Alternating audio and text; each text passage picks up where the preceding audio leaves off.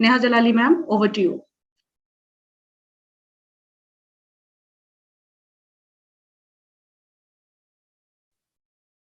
Am I audible? So, first of all, thank you very much, Archana ji, for having me for today's webinar here today. I think I'm in fact very much honored being a part of such an esteemed panel today. I know Geeta Bamzai ma'am because she has in fact been our trainer in the IIMC while I was training for the Indian for my service, civil services. So to be a part on the same panel, in fact, it is a very, very humbling experience also. My regards to all the esteemed guests over here today, Dr. Mosmi, Dr. Ola, Archana ji, and Professor Shahid, of course. I'll just try and share my screen. Let me know if...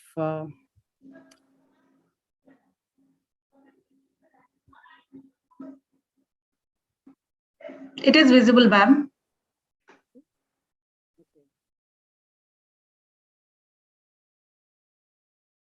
Dr. Mosmi has, I think, in depth talked about, she gave a very academic background of the whole, all the aspects actually related to trauma literacy, and how it affects journalists, how what kind of impacts it has on the lives of journalists, on the reporting and the way the journalists work, and what are the difficulties that we are facing today to bring trauma literacy into the academic curriculum. So I would be also talking about few aspects that Dr. Mosmi has already talked about, but I have certain few questions that will come to our mind, whether it's a journalist or whether it's people in general who are, talking or watching this webinar, that they will be thinking, what is the need for such a education? Why we are holding this webinar? What literacy have for journalists or for journalism education as such? There could be things that people think about that aren't journalists supposed to be very strong, like we talk about, army men, or we talk about the police, the police personnel. Aren't they very strong enough to handle the impact of such violent events, because they are facing such events on a regular basis? So why do we need such kind of a module of trauma literacy for them? Some people might even think that maybe weak people shouldn't be in journalism at all. There could be people who would be thinking that who has the time to think about trauma literacy and these kinds of things and handling stress, because there is so much of cutthroat competition out there in the media field, in the news field. The news organizations are of course concerned about the breaking news, the TRP, and of course the profit. People would be thinking he or she, journalists, they know everything, they have access to every place, they're not afraid of anything. So these are just general thoughts that I was having in my mind before I proceeded on, before I approached this particular topic of trauma literacy from the journalist's perspective and from the common person's perspective also. So what do I have in this the small presentation that I'm having here right now? I'll be covering a few topics, defining trauma and defining the post-traumatic syndrome. I would be talking about what is the need for such kind of a trauma literacy, and what is the need for resilience building, especially in case of journalists. I would be also, which Mosmi has already covered, I won't be taking much time in this, the common stresses that media persons face while on the field. And most of us are from Jammu and Kashmir also, so I think this is very relevant to us. The present scenario that we have in academic or in general for the news organizations. What is the present scenario for trauma literacy? Is there enough awareness, or is it some topic that is just being touched aside? I would also be talking about resilience building in journalists to handle trauma. I would be talking about certain actionable points from point of view of academic institutions, from point of view of media organizations and independent bodies, government, as well as the society as at large. The last topic that I would be taking about is about representation of trauma, the roles and representation of media persons. So just to give a very short description about what trauma would mean. Trauma exactly means that it is actually an emotional response to such kind of an event, which would be violent in nature, which would be, we could say it would be horrifying. It would be something related to, It could be related to war or some kind of conflict, violence. It could be a natural disaster, for example. So many people are getting killed, and something that you read about, or you also see it personally, or you cover it from the point of view of media. According to the American Psychiatric Association, it is PTSD is a psychiatric disorder that may occur in people who have experiences or witnessed a traumatic event in the recent. So we could say that after a few days, right after the such kind of an event has happened, or something that you have covered, the impact could be immediate or it could be long. After it could continue for some time. There could be intense, disturbing thoughts or feelings that are related to the experience, even after the such kind of an event has ended. It could be in form of flashback, in form of some certain memories or nightmares. Maushmi ma'am has already covered about certain symptoms that could occur in people. This is just a very brief idea. It's not, I couldn't exactly say it is from the complete medical point of view, but it's just an introduction. Because when we are talking about trauma, we exactly need to know what kind of things, what kind of impact it could possibly have on certain people. Intrusion means it could have certain kind of memories that are coming into your mind, and you are trying to avoid it, but still it is coming to your mind. Avoidance is, as ma'am had already explained, you could try to remain away from, you're trying to avoid such kind of situations, such kind of people, such kind of things that are bringing you to those particular memories. It could change your mood.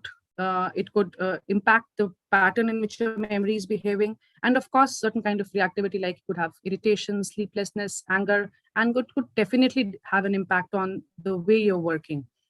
Of course, the treatment, there's a detailed, it's a detailed subject in itself, but it could be in terms of psychotherapy, there is medication, there is cognitive behavior treatment, group therapies, counseling sessions to certain counselors. So this is a very brief about the trauma that we're talking about. Now, why such kind of literacy is required, we'll come to it. Just to introduce, trauma literacy could be defined as awareness of potential effects of trauma and certain adaptive coping mechanisms about which we'll be talking. So why do we need trauma literacy? So I have kept two things at the center. First is, of course, the communicator, the media person that we're talking about, because the mental health, the work, the work-life balance, the personal life, everything is being affected if a person is affected due to certain kinds of trauma. The second is, of course, the message, the coverage that we are eventually doing as media persons, the quality of message, what kind of impact it could have, if we are affected with certain kind of trauma. So these are few aspects that we need to talk about. Why trauma literacy is important from the health perspective. To the left, I'm mentioning about, of course, as I said, overall health, overall life, quality of work being affected.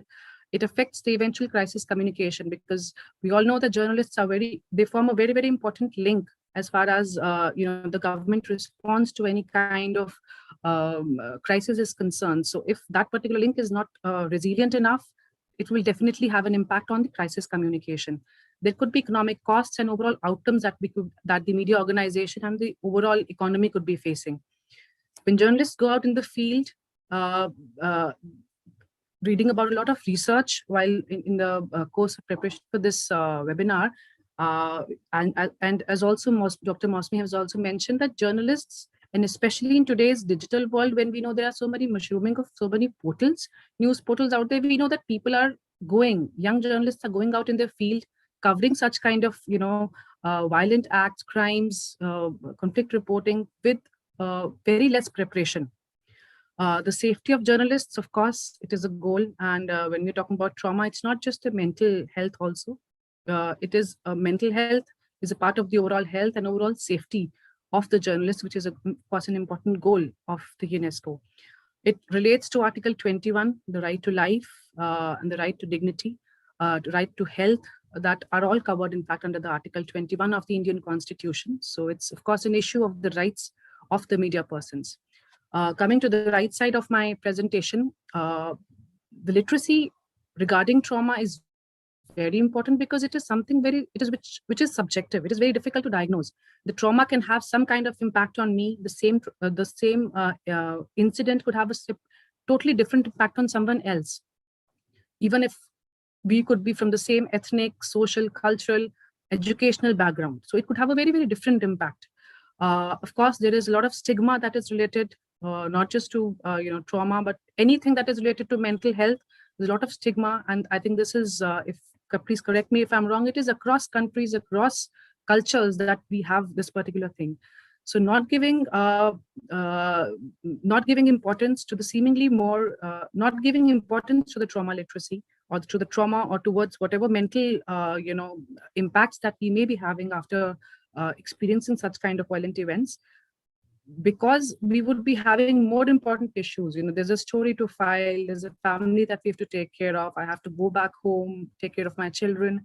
So amongst all these things, somehow, somewhere, the thing that we are feeling or any kind of impact that the trauma may be having on us, it could be lost. It could be, suppressed, and then it could be coming in different forms, and it could be affecting our mental health over a period of time. Of course, then there are challenges, there are competition that is, posed by the 24/7 media and the digital media. And now, because of the social media, we know that we have to, be active 24/7, either on the mobiles. I wouldn't say either on the mobiles, as well as on the way in whichever way we are filing our stories. The next and very important point is, I think there's some kind of machoism or some pseudo culture that is, that we could say it's kind of pseudo confidence that is thought that, media persons, as I said about, in the initial, when I was raising certain questions, I talked about certain professions, in at least in our culture, and probably certain professions worldwide, would be associated with strength, would be associated wherein, whenever we think of, for example, an army man, we think of a person, holding a gun in uniform, stout person. Similarly, when we're talking about a journalist, we think of a very strong male or a female, holding a camera or a mic or something, and, very active. So that kind of strength that comes to our mind is something that is full of confidence, full of strength. And to think of some kind of vulnerabilities, to think that, journalists would be requiring such certain kind of assistance in terms of mental health, it somehow doesn't very naturally come to us. And of course, the last point, that mental health in general is not a priority. It is still seeking its correct place in the in our society and in the world, society worldwide. I'm sorry. Common stresses that are faced by the media personnel, they could be a real or a perceived danger for life of the individual as well as the family during coverage of certain high-profile cases. It could be corruption cases, any sort of crimes that I would say. Certain kind of emotional disturbance. I've already spoken about the competition. There are also sometimes, because especially in the COVID time, we have seen that unemployment has become a major issue across occupations, but also more so in for the journalism. While working in the line of fire, for example, in conflict zone or border areas, militancy or terrorism inflicted areas where natural disasters, they keep on inflicting dangers. There's hectic schedule and the shift system. We know that we are working 24/7, so less manpower, more of work. So we keep working in shifts. Of course, there is trolling and there are online threats that may transform into actual violence in many situations. Then there are threats to women journalists, sexual harassment, violence, intimidation, and definitely family pressure. So these are just listed out few things that could be affecting media persons on a regular basis. These are, you could just have a look: wars, nuclear events, Holocaust. This is a historical, perspective also. The financial crisis, local epidemics. Very lately, we're talking about the pandemic COVID-19. There could be security threats. There could be developmental challenges. There could be natural disasters in various parts of the world, political upheavals. Afghanistan is the latest example in this case. The online trolling and abuse.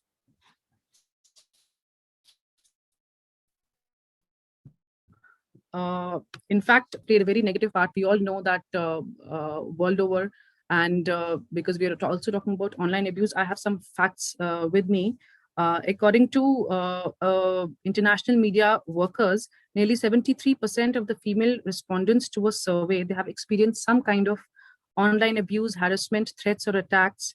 And around 20% of these women who were surveyed were being targeted offline also after such kind of threats were given online. This is a survey by the International Center for Journalists and UNESCO. So we all know that such kind of incidents, especially trolling and online abuse, goes on to a different proportion when it comes to female journalists. And there are a lot of things I would, in fact, for example, I'll be coming to that point later on about various laws and various that are being made that are still under, there are a lot of laws under the Indian Penal Code which will help us fight such kind of online abuse and trolling. I'll come to that later.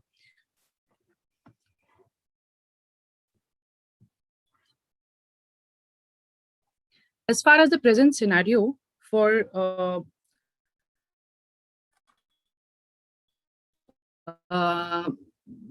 trauma aspects of media literacy related to stress or to trauma, it centers on the crisis communication. We intend, with this trauma literacy, we intend to bring the focus back on the communicator. So as of now, of course, I was discussing this with Archana ji also, the trauma literacy in most media organizations, it is as a nascent stage, and hence this webinar today. So I also had a word with a lot of other media, a lot of other trainers in different other academies related to, that were engaged in law enforcement, administration.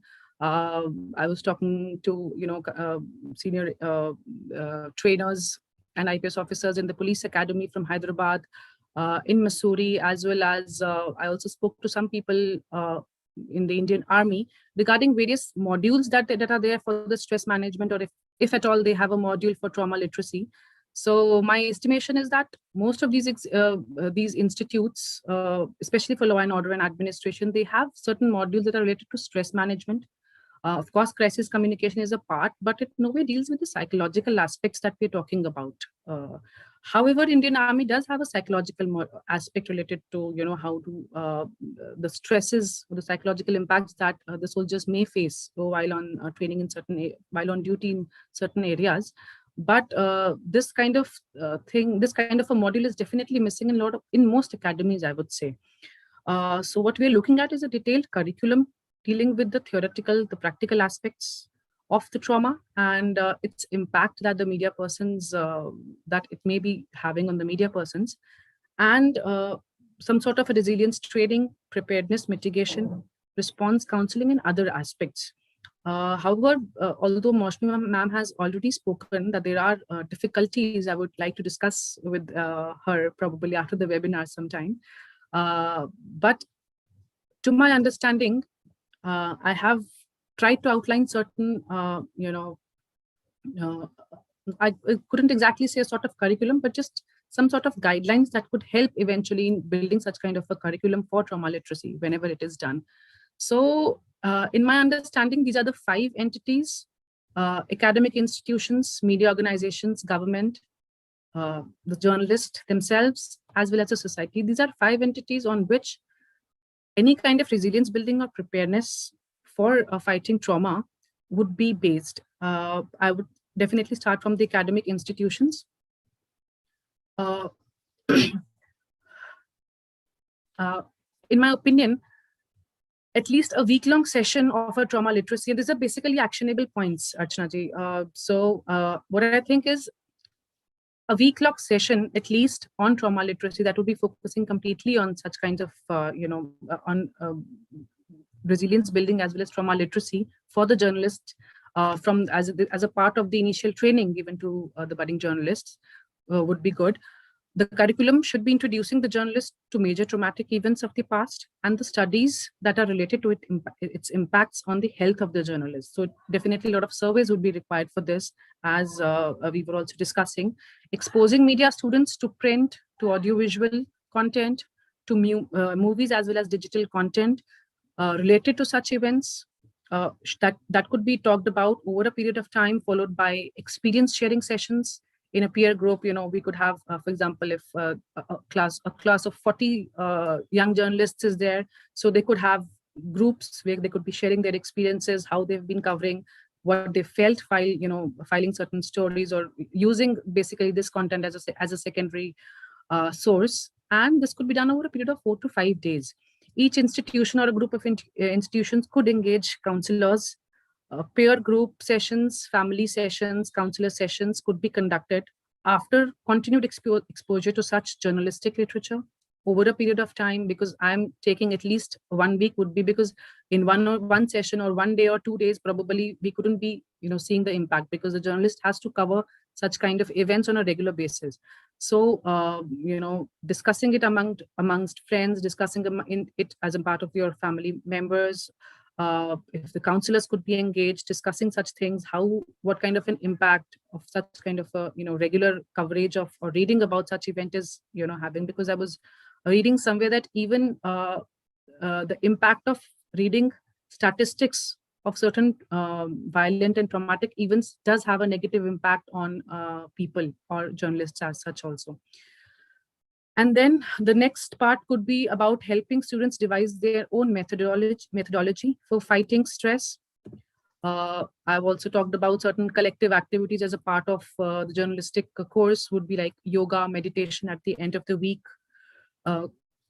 group socializing activities, abstaining from substance abuse sessions, because substance abuse is in fact one negative thing that could be I would say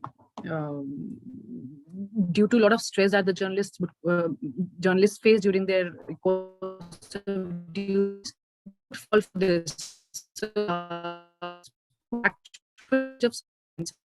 I talk about this trauma literacy session. The next could be the actual coverage of such events wherever it is possible. Am I audible? Because my ma'am, network is a little bit disturbed in between.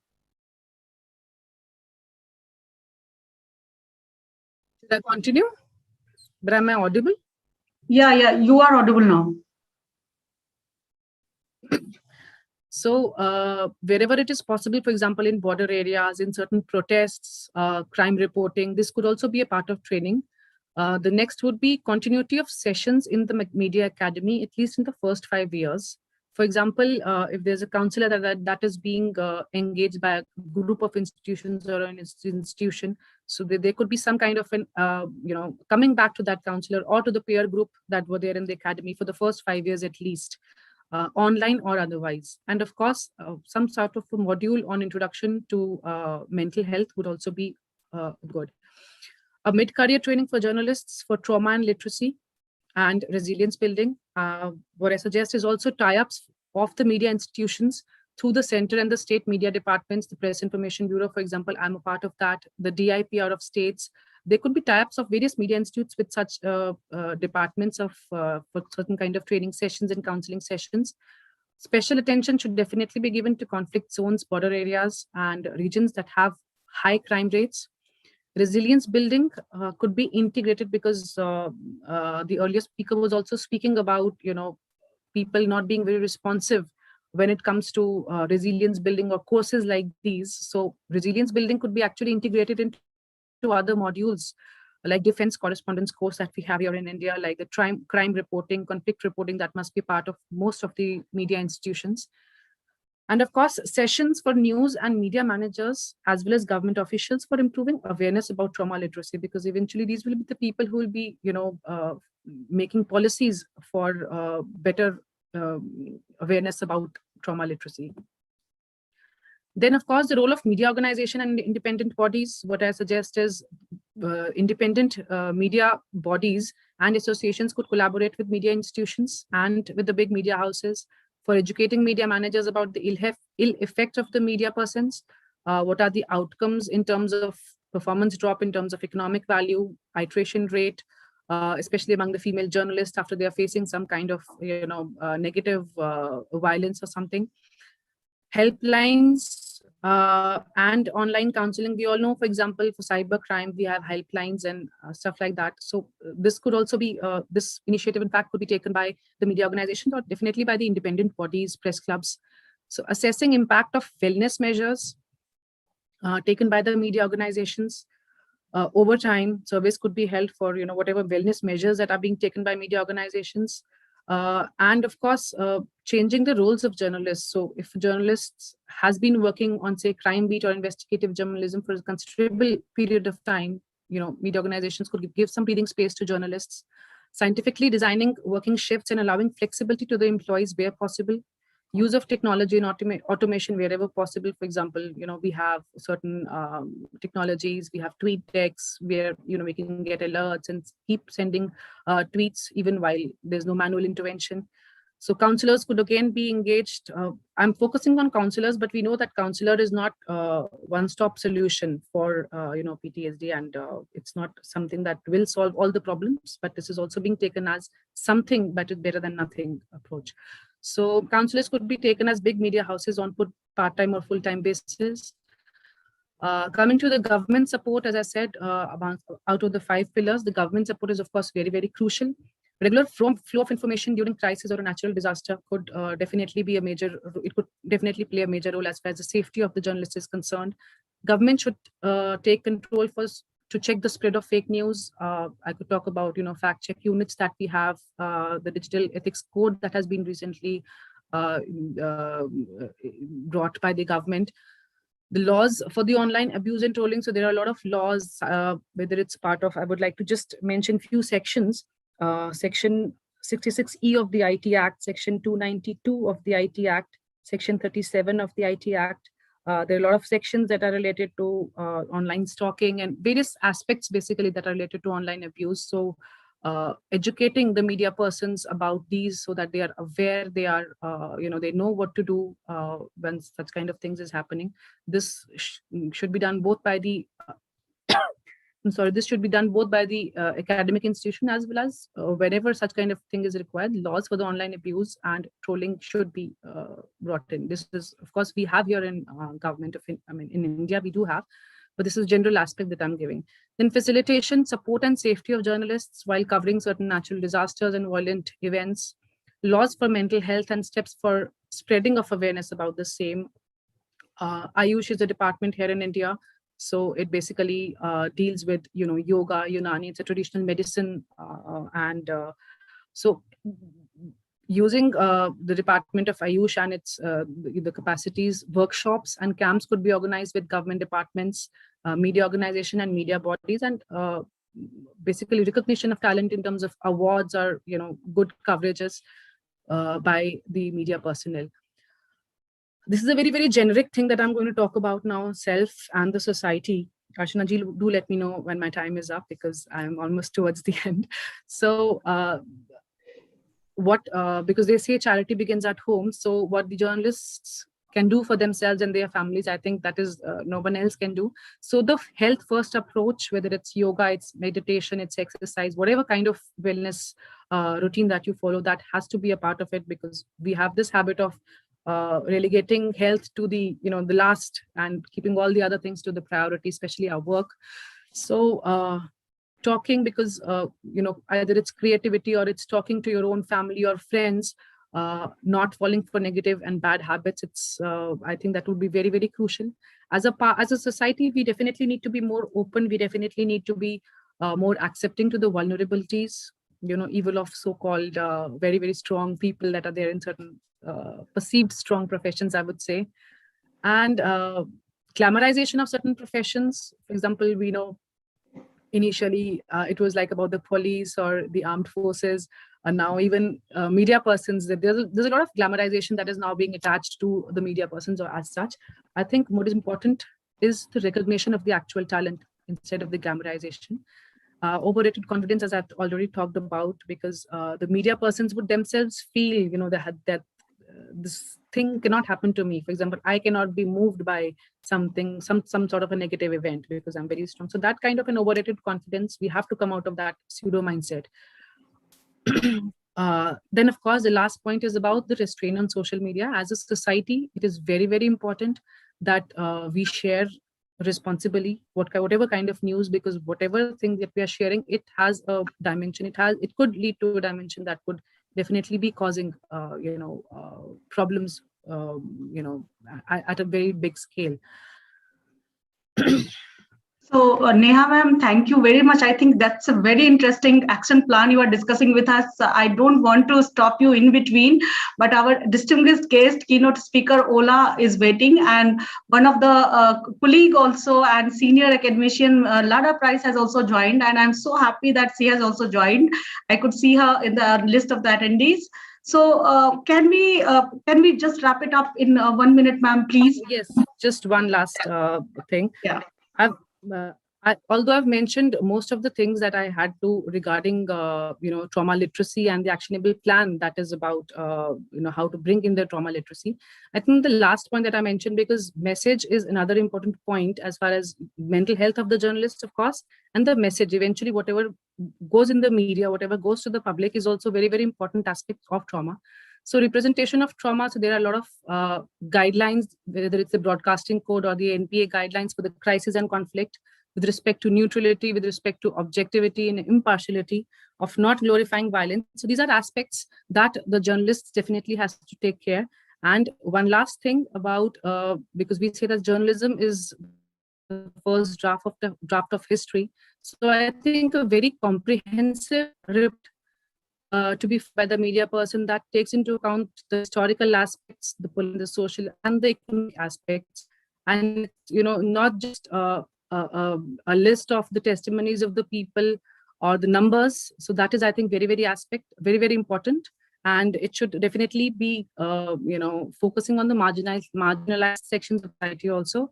Thank you very much once again, and for listening to me so patiently.